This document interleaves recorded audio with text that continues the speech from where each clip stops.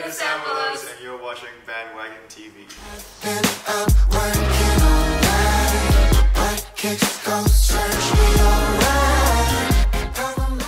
We would like to know. We also want to know. It's pretty soon. It's almost there. Yeah. On the last leg, right now we're just trying to piece things together and do things that we're supposed to do. Like, should have started last year, but we didn't. So we're about 97.85%. But it'll be on in less than 100 days. Wow. Good promise, John. Is it really? I think now that he said it, we're gonna have to keep to it. Okay, cool. Yeah. Oh, 100 100 days. gives us more buffer time as well. Okay, 100 days.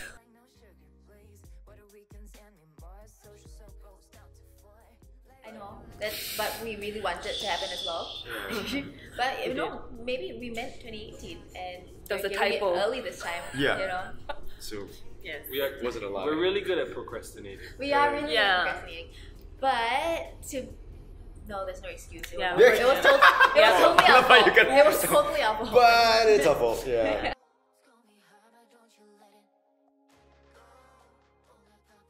Write a lot. Yeah. I think also because the nature of pop is that it's so transient, right? Like taste keeps changing, trends also obviously keep changing.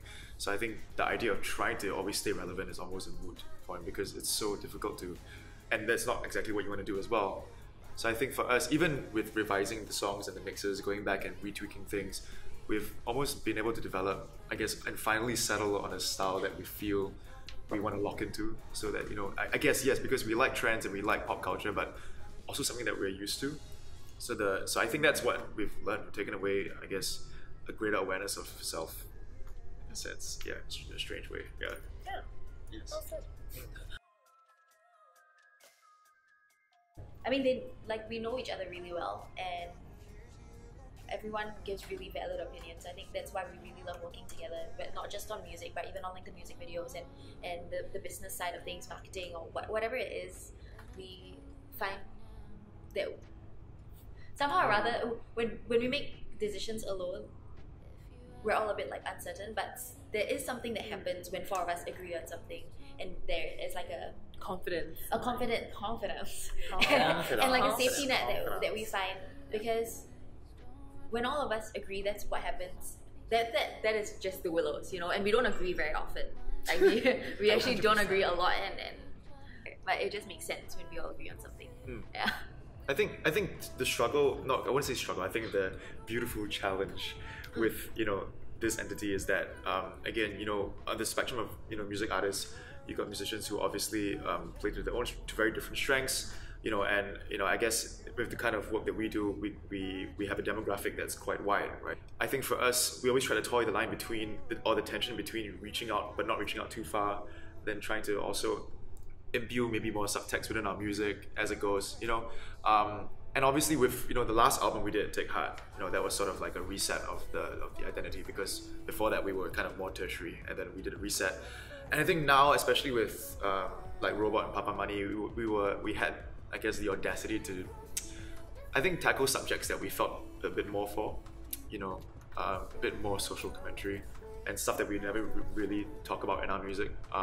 And so that spectrum is slowly widening with us, which is really fun to see and to experiment with. Yeah, and I pretty much feel like it's going to be that kind of journey from here on in.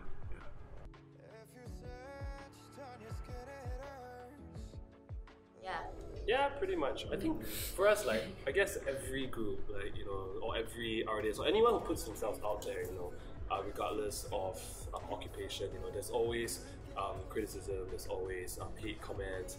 So for us, like, you know, we found it actually funny that one criticism that we got was that someone was saying that we were a government conspiracy. You know, it was funny. Like, I mean, we actually found it funny, and then like, you know, we started talking about it, and then I guess when we were writing Papa Money, you know, it wasn't exactly for that particular comment, but you know, it's really a case where we just wanted to address the idea that, hey, you know, we've been working hard, you know, and you know, for the last more than half a decade, we've really been like Sam Willows is always on our mind every single day. You know, we have different. You have no idea how many WhatsApp group chats we have. Like, we sacrificed a lot for it. Yeah, and we did sacrifice a lot, you know, whether it's like other kind of jobs or, you know, personal life or just time with family.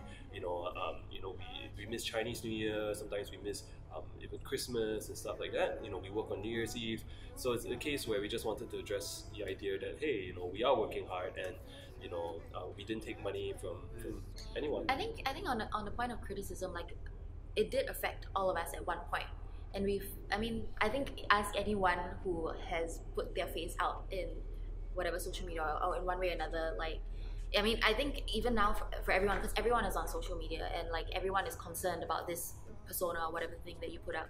And it took us a while. I mean, even just between us, like the working dynamics between us, our relationships as like friends and family, we struggled through a lot of things. And it came to a point where suddenly we were like, man, we're happy. Like, man, like, guys, we had a good run. Like, we love each other, and we all felt just so blessed, you know, to be able to do this with the people that you love the most, to have like a great team supporting us and people that we love in this team, and we genuinely consider our friends.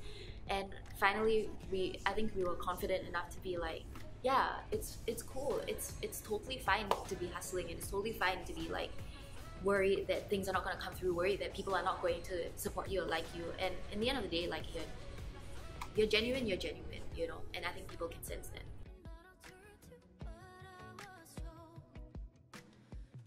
I think so. I mean, like, these are actually two songs that I feel really proud of. And we also worked with very great people on the music videos, so I don't think we would have been able to do anything close to it if it weren't for them. Like, Robot was done by Jasper, and Jasper is like, he's really cute, like, he's a little abing, and I think he really managed to, what we were worried about Robot is that we didn't want it to come off overly 3x structure and like just blah, like, you know. But at the same time, like, it's a very strange world that we were creating in there, and there's a tendency to go completely abstract and nobody will understand what on earth you're trying to say. And I think he actually managed to draw the line between both of that really well. It was a concept that we were playing with for a very, very long time, and that was actually one of the cheapest music videos that we did. We didn't really have a lot of budget for it, so even the art team and everyone that was on it like worked quadruple time to like set up the place, and it was exhausting. And with One Dash, we did Papa Money, and it was also a bunch of like young kids. The whole set was fun. They're all maybe like late 20s, 30s, and we didn't know what to expect. That was a music video that we actually were quite hands off with, and we came on set and they just blew us away with the visuals. And I think it was this kind of collaboration that really made me feel like the songs were a success, because they gave their all and they tried really hard to interpret the songs in their own way as well, and I think it shows. The best thing was they managed to put our ideas into picture, and they managed to pull it off. So yeah, it's really exciting. Yeah, I'm glad people really seem to. I mean, yeah, the response that we've gotten so far for these albums, like even Save Myself, especially, people really relate to the lyrics, and that's what we're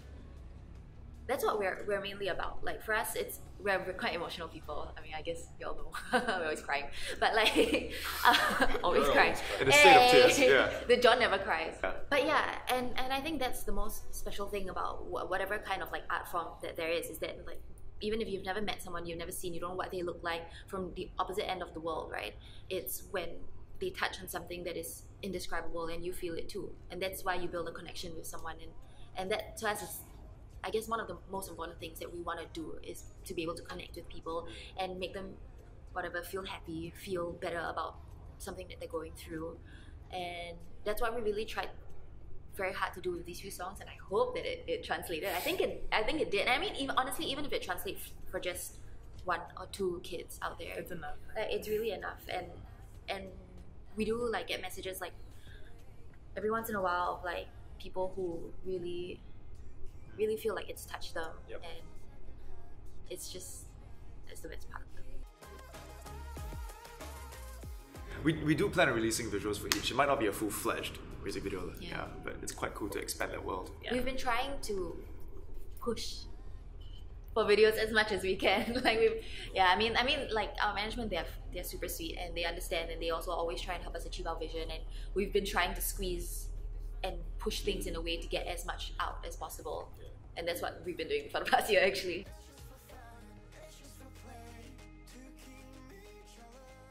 I think the best part about the new album is that there are a lot of different kinds of songs. So there's like, there's songs like Papa Money, and then there's songs like Robot, it's like different ends of the spectrum. So like, certain songs you would listen to when you're feeling down and sad, and certain songs you might even listen in a club. You know? So it's the kind of thing where, I don't know, like, I actually tried sitting down and listening to the whole album from start to end, because I mean, we have the track, so it puts me in a different mood each time. So it kind of takes you on a certain journey as well. But I feel like, I mean, personally for me, it's the kind of album where you have your favorite songs and you have your mood songs. So I think it's not the kind of album where you can sit down. It's not like a Coldplay album where you can sit down and listen to the whole album on repeat, just going on and on. I think this is the kind of album where you gotta go and specifically find a song you want to listen to on that day. But that's just me lah, So I think, yeah.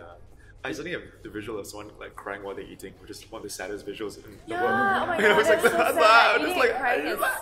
But it's so weird. Like, imagine, Or cry, or like happy, like even listening to Robot and Papa Money back to back, you can be crying and after they go like, yeah. cry dancing should be a new thing. You need to dance while you're crying. Cry dancing, yeah. You mean every Tuesday night? Actually, yeah, we should start a club that only does cry dancing. Yeah. It's for sad people to go there and party. But still sad. But I mean, it's still a pop album. I think it's made to be a bit more palatable. And like right now, everybody just listens to songs on the go. You listen to it wherever you are. I mean, it's all on Spotify. Yeah. Like for us, to me, I just want someone to just take and just click a random song and just see how they feel.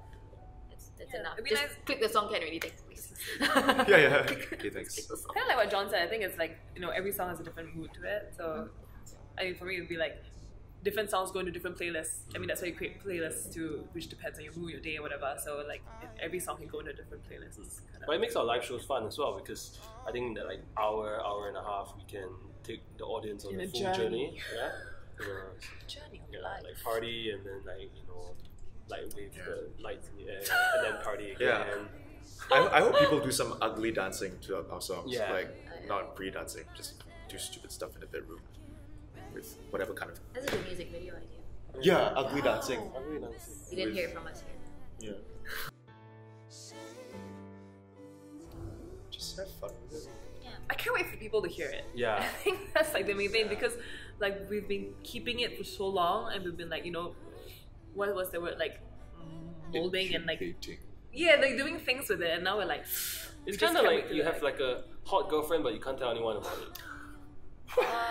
Or you can't show anyone about it. It's like, oh yeah, my girlfriend's really hot, but like, oh, where is she at? Okay, it's like having a baby, but people cannot see your baby because it's inside of you. Yeah, that kind of makes more sense. Yes. Yeah. Use her example. It's just because he has a hot girlfriend. That's why he keeps using this damn analogy all the time. Fiancé. All the time. Yeah. But I mean, okay, like in the end of the day, we just like people to feel good. Yeah. Whether it's like melancholic, or whether it's like just crazy dancing, or just feel like you want to like, wah, You want them to express themselves, be free to express themselves. like, Yeah. yeah. Thank you so much, guys. Thank you.